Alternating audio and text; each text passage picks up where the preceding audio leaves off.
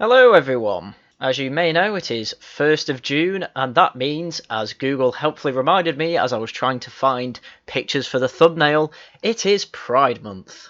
Meaning an awful lot like Black History Month over in the UK, we're going to be told just how much gay people and all the other alphabety spaghetti society had it in the past, without any recollection of just how far trans and gay rights and whatever have you have come in the past 12 years. And while forgetting all that, they will still push for more. That is, of course, until we got the good news today from the government. Liz Truss urges official withdrawal from Stonewall diversity scheme. Liz Truss is understood to share concerns raised by the Equalities and Human Rights Commission over this diversity scheme, and it is a shame it is only Stonewall's that she has an issue with. So just a little background about Stonewall for those that don't know. It was a charity group set up in 1989 specifically to push against Section 28 of the Thatcher government. What Section 28 essentially did was make it illegal for any government organisation or government-funded institution to promote anything remotely homosexual. Or I think the wording said make it appear normal or something like that. And obviously, being a gay charity, they were for getting rid of this Section 28, where really, in my opinion, all it needed was a bit of a rewrite.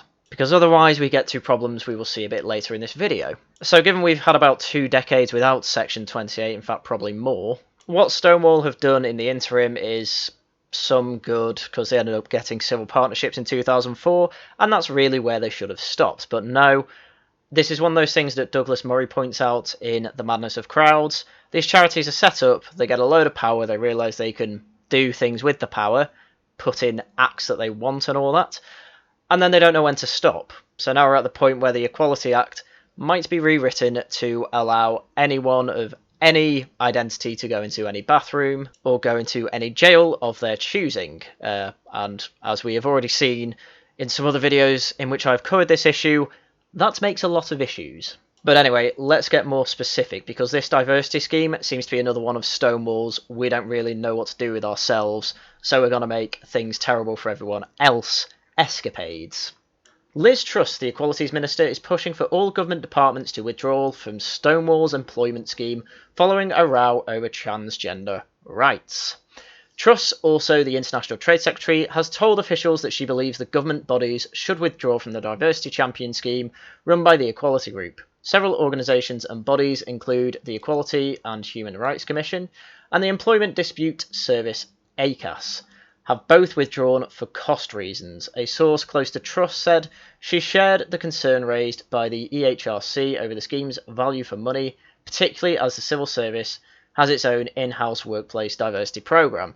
Yeah, see, this is the problem. This seems like really good news at first, and then you read the rest of it, it's like, oh, they're not actually against the idea of these diversity programmes. No, the problem is that it costs too much.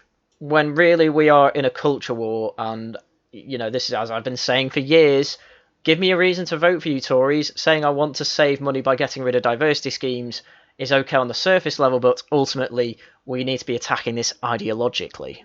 The Times understands that responsibility for coordinating participation in the scheme rests with the Cabinet Office. The scheme counts 250 government departments and public bodies among its 850 members, which pay for guidance on issues such as pronouns and gender-neutral spaces. Yes, I definitely don't want my tax money going towards this thing. Please get rid of it. Stonewall say the scheme is the leading employers programme for ensuring all LGBT staff are accepted without exception in the workplace. Yeah, see, this is the problem. You keep pushing for this stuff, you're going to get a lot of people going, I really want to have nothing to do with these people, and then they might end up discriminating anyway. Nancy Kelly is chief executive and came under fire at the weekend for likening gender-critical beliefs to anti-Semitism. So she's basically calling the TERFs Holocaust deniers. So that's fun. Lady Faulkner, the EHRC's new chairwoman, has said that women have the right to question transgender identity without being abused, stigmatised, or put at risks of losing their jobs. Of course, when it comes to men criticising it, she had nothing to say. I mean, we all know how cancerous the discord is at the moment around specifically transgender rights. I don't think the TERFs help themselves too much. That's why I weigh in every now and then to try and be the man in the middle, who basically says, well, it should be up to the private property owner how they deal with gender-neutral spaces and toilets. Most of them separate them and may add in a unisex toilet. Others may only have unisex toilets, and most will probably just still split them, because most people like the idea of going into a bathroom only for their sex. And if you have a problem with that, then tough shit. Anyway, carrying on, Kelly said that although Stonewall believed in freedom of speech, it was not without limit. So, that's a freedom of speech but argument. She told the BBC with all beliefs, including controversial beliefs, there is a right to express those beliefs publicly, and where they're harmful or damaging, whether it's anti-Semitic beliefs, gender-critical beliefs, beliefs about disability, we have legal systems that are put in place for people who are harmed by that. How can you be harmed by words? This is an argument everyone has been trying to make since 2016, and we never get an answer. Probably earlier, actually. Several bodies include the House of Commons and the Driver and Vehicle Licensing Agency, which have withdrawn from the scheme in recent weeks. The Crown Prosecution Service has said it is reviewing its membership. Participants in the scheme are ranked on a Workplace Equality Index. Among its top employers last year were Newcastle City Council, the Ministry of Justice, GlaxoSmithKline, City Banking Group, and the Welsh Government. Well, bully for all them.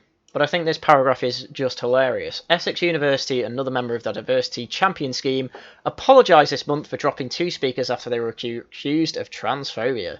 The university published an independent report that concluded that Stonewall had provided officials with misleading and potentially illegal advice. The report expressed concerns that Stonewall had misrepresented the provisions of the Equality Act 2010 to suggest that the legislation included gender identity. Well, it doesn't at the moment, but Stonewall really want gender identity to be included in it, whereas most normal people want the Equality Act to be burned. Academics have claimed that the alleged misrepresentation has resulted in speakers being prevented from debating trans rights. Well, yeah, we've been saying that for years. I do love how the Times are generally, I guess you could say, centrist paper. They seem to have... I mean, Douglas Murray writes for it, but then again, so does a load of left-wing people. But how a centrist paper can only just now be saying things that most YouTubers were saying in 2016 and before is absolutely crazy to me. I mean, generally I have nothing to say here apart from, well, I could have warned you about this. And the fact that the only thing they're citing for getting rid of these completely illiberal, ideologically possessed schemes is, oh, sorry, it costs too much. No, that's not good enough. You have to attack Stonewall's ideologically. They are gender communists. They are completely ignorant of reality. It's very frustrating, and trying to put in policy and put in schemes that go against reality is going to end up costing the government not only money, but their reputation, which is already pretty low anyway, to be fair, and people's trust in it, which again is pretty low, to be fair. I mean, look, this is how bad it gets. So in an interview with The Times this month, Faulkner, who's the chairwoman of the EHRC, said that it was entirely reasonable for people to challenge the biological status of women who were born as men. She said it was a freedom of belief that the Commission was determined to protect. Alright, good. It also just happens to be true. Stonewall said all employers need to ensure that their staff, including the LGBTQ+ staff, are free from discrimination and prejudice at work, but it is up to them how they meet the statutory requirements. Since we set up the Diversity Champions programme in 2001, it was that early? Many large employers have developed major internal programs to promote diversity and inclusion across their staff. This is 10 years of indoctrination, basically, for the HR departments. No wonder the HR departments are the worst affected. Because HR are the ones that obviously deal with all the hiring, firing and discrimination cases. So if by 2001, that's 20 years, HR departments from the first people who signed up for this program, they'll be completely indoctrinated. You're not getting this out for another 5 years. Like, there is so much to get rid of if you are getting rid of this. And to be fair, I think at this point I really need to go through what's actually in the scheme. Luckily, the Times go through it for us. So, public bodies pay thousands to join Stonewall's LGBT Diversity Champion Scheme. Stonewall at Pride London in 2017 has the Cabinet Office and the Crown Prosecution Service sign up to its programme. And this was earlier, well, not earlier this year, it was in November of 2020, this article's from. So it's relatively new, and already they're saying, wow, this is costing way too much for what we get. So I don't know what took 19 years for this to happen, since this scheme has apparently been going since 2001, but this is what the article says. Hundreds of employers, including government agencies and police forces, are paying thousands of pounds to become diversity champions for Stonewall. The charity, whose transgender policy was recently questioned by one of its founders, runs a programme for organisations to ensure acceptance in the workplace for the LGBT staff. 30 police forces, 51 local authorities, 50 NHS organisations are among those paying to belong to the programme, so that's a load of tax money down the drain, along with John Lewis, Marks and Spencer's, Sainsbury's, Tesco's, the Post Office and dozens of universities. It's crazy. It's absolutely crazy. The Cabinet Office, Foreign Office, Department of Education and Crown Prosecution Service are also signed up. The amount that each organisation pays depends on its size, but it starts at either £2,500 plus VAT and is estimated to cost the taxpayer at least £600,000, the Sunday Telegraph claimed. That's ridiculous. Anyway, ignoring the big price tag, the article doesn't actually go through what the diversity scheme actually does, which is very frustrating. So I've decided to go to Stonewall's actual website to actually see what the diversity scheme does. So why would you want to become a diversity champion? Well, I wouldn't personally. So they want to embed LGBTQ plus inclusion in your workplace. The most inclusive employers develop structured and systematic policies and practices. They embed inclusion across their entire organisation. As a diversity champion will help you embed LGBT plus inclusion by supporting you to enter the Workplace Equality Index and Global Workplace Equality Index. These tools will tell you where you're doing great things and where you can improve, and it will also be providing tailored emails and phone support and advice. Wow, that's a lot of money to be put on a pointless list. Apparently it will help attract and retain the best talent. A diverse workforce creates diversity of thought. No, it doesn't, Stonewall. You only want one type of thought. That's why one of your founders quit, because he didn't agree with the whole transgender thing being completely a social construct, because it's not. But in a competitive market, your workplace and culture needs to stand out to job seekers. As a diversity champion, we can help you attract and recruit LGBTQ plus talent by giving you the diversity champion logo to use on promotional material. I mean, that just screams to me, don't work here, by the way. Don't do that. Listening to you on our Proud Employers career site, Stonewall's LGBTQ inclusive jobs board, enabling you to attract diverse talent and position your organisation as an inclusive employer of choice. Access is granted exclusively to diversity champions, and all members receive 5 free adverts when they first join the programme. God, this sounds like cancer. I mean, honestly, I can't see this as anything other than a grift. It's basically you get put on a free list and we decide how well you're doing under basically completely arbitrary standards. I mean, there's nothing specific here to tell you exactly what you'll be based on other than whether we think you're doing well or not. Exactly what that is, I mean, obviously it's LGBTQ plus inclusion, but the criteria for that isn't obvious here, and I don't trust them as far as I can throw them. But also it's like, oh, we're going to send you tailored emails and phone support and advice. Like, great. What else do we get? Oh, advertising. Just spend it on normal advertising. Just go on Indeed and find people. Like, gay people will work anywhere these days. They're not going to look at a job and say, oh my god, a diversity champion logo? That's just for people like me. No, they're going to look at the job and go, oh, this looks like it's for me. You know, I'm a journalist. I want to work for the BBC. Or, oh, you know, I'm an engineer. I'd like to work for Shell or whatever. They're not going to go, oh my god, a diversity champion logo, and go, I definitely need to work for that company. Complete waste of money, this. So, build your professional network. Become a diversity champion means joining a community of over 750 employers. Collaboration and learning from your peers keeps you at the cutting edge of the practice. As a diversity champion, we'll help you build your network through access to our annual series of seminars and webinars. Topics range from Workplace Equality Index best practice to global mobility. Now, in places I've worked before, they have had webinars for diversity and things. I've never joined them personally. They seem like cancer. These are not going to be any better. Discount rates to our workplace conferences where you can connect with hundreds of colleagues across sectors. Facilitate introductions to other organisations. So, okay, this is better. This is basically just making a professional network.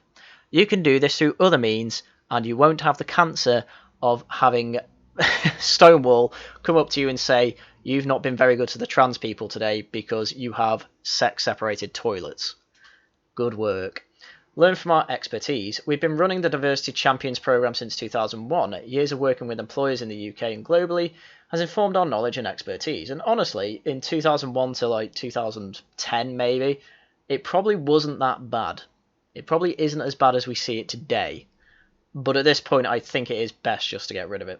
As Diversity Champion, you'll benefit from knowledge and expertise you can trust. You will gain access to our resources. These give you step-by-step guidance on different areas of LGBTQ+ inclusion, from inclusive policy to senior leadership.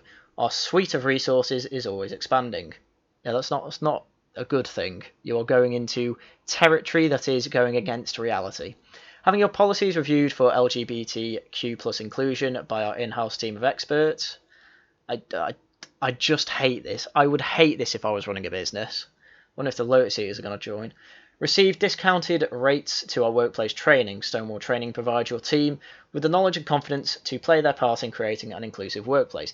It's like every scam I see like this. I'm pretty sure Black Lives Matter tried to do something like this once, and it's just, oh, we're just going to tell you a load of vague stuff, but you owe us money for it. Like, it's this whole Marxist claptrap again of, oh, diversity isn't necessarily good. Equality is the god we all need to go towards. Gender isn't real, bigot. It's got nothing to do with biology, things like this. Just no. Just say no to it. Say no, you are ideologically possessed. I'm definitely not paying for this. Don't just go, oh, it's a bit expensive. I don't think I'd like to pay for that. You know, it's a waste of government money. No, Liz Truss. Tell them what you think. Anyway, naturally, because the government does something I like, you get the normal idiots coming out saying, oh my god, this is the worst thing ever. I'm not reading Owen Jones's tweet because I don't care about it. But you may know the charity Mermaids. They are a charity that are specifically targeting, I think targeting is the right word, kids who may or may not have gender dysphoria, but they will groom you into thinking you have it anyway. So they say the government is systematically undermining the rights of all LGBTQ+ people by trying to dismantle Stonewall's work to protect and empower minority lives. This is why all LGBTQ+ people need to stand together against rampant transphobia in the press and politics. We are one. I mean, it's amazing how the whole first part of the tweet will be a very generic diversity is our strength thing, and then right at the end it's like, oh, we actually only really care about transphobia. You know, it's only our special interests that we actually care about. And even then, it's not true. They're specifically for transgender kids. And obviously loads of other LGBT charities are basically saying the same thing, but I do like to point out when Mermaids is saying something because it's always good to laugh at. But I think the funniest tweet I saw came from Stuart MacDonald MP, who I believe is a Member of Parliament representing the Scottish National Party. And he obviously starts with a gay flag and a trans rights flag, saying if the Tory government wants to make an enemy of Stonewall, that's up to them. But let's be clear that this is a marshalling of the state and its institutions against the LGBT plus community. Yes, because they won't be paying for a diversity champion scheme anymore, that means they are against all gay rights. I suppose that's why when I just pick some random pictures from the government's Twitter accounts, they've all got the gay flags on. Some of them even have the gay flags with the black and brown stripes on, and the the trans rights flag put on it as well. It's just a mess. It's got to be a complete mess, that flag, in about 5 years. There won't be a rainbow on it anymore. But the funniest thing about this tweet is that it ends, it's Stonewall today, and I promise it's you tomorrow. He's trying to invoke the Holocaust line where it's like, oh, first they came for the bankers, but I did nothing, so I'm not a banker. He's trying to invoke that. Like, you do realise no gay or trans person has been killed because of this. You do realise this isn't crystal nacked. Anyway, he's a Scottish National Party member. Obviously, he's not got his brain faculties in place. Speaking of people without their mental faculties in place, Met Chief Cressida Dick calls for laws to favour minority recruits. Dame Cressida Dick is lobbying the government for legislation that would allow the Met to apply the equal merit principle to new recruits. I don't know what the hell they mean by the equal merit principle, but you are not applying equal merit if you are hiring based off skin colour. But I just wanted to quickly go through this article because while Liz Truss is saying the diversity programme is costing too much, therefore we need to get rid of it, the problem with this, if you don't go after it ideologically, is that you then get the Met Police saying, oh, we really want to prove Enoch Powell right. So Britain's most senior police officer wants to apply a form of positive discrimination to recruitment to increase ethnic minority recruits. How are you struggling with that in London? More than half of London is minority. It is a minority majority. How are you struggling to hire them? Dame Cressida Dick, the Metropolitan Police Commissioner, has called for a change in law to allow the force to favour ethnic minority candidates when they are equally qualified to white applicants. Oof. Right, let's see where this goes. Dick has emphasised that police forces must reflect the community they serve to achieve the confidence of diverse communities. That means non-white communities, just so you know. More than 40% of London residents are black, Asian or minority ethnic, compared with 18% of the Met's workforce. The Met wants to increase its intake to 40% of all officers by next April, and have an aspiration for 8% to be from black backgrounds specifically.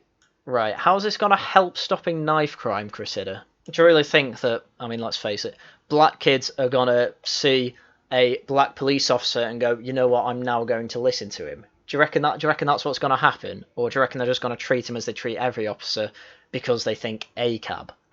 Dick is lobbying the government for legislation that would allow the Met to apply the equal merit principle to new recruits. It allows an employer to select a candidate from a particular group such as race or gender when they have equal ability, competence, professional experience and other required qualities compared with candidates from other groups. What the hell?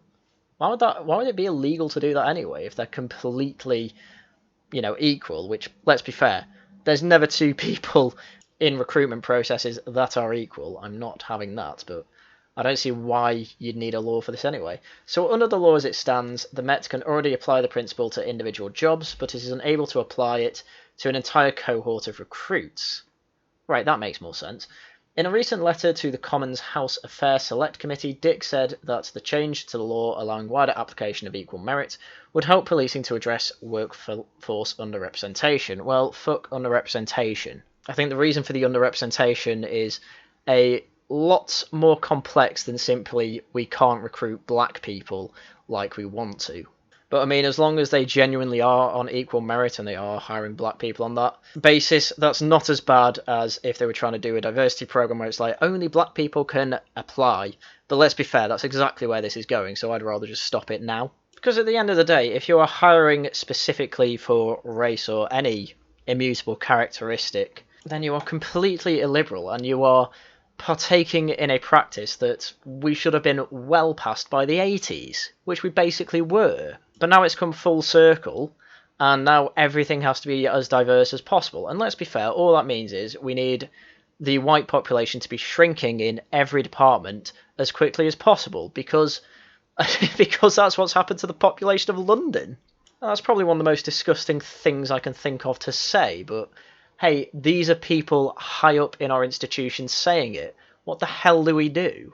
And this isn't even the worst case of what some police forces have done to try and improve diversity for reasons that still escape me and they can never actually pin down.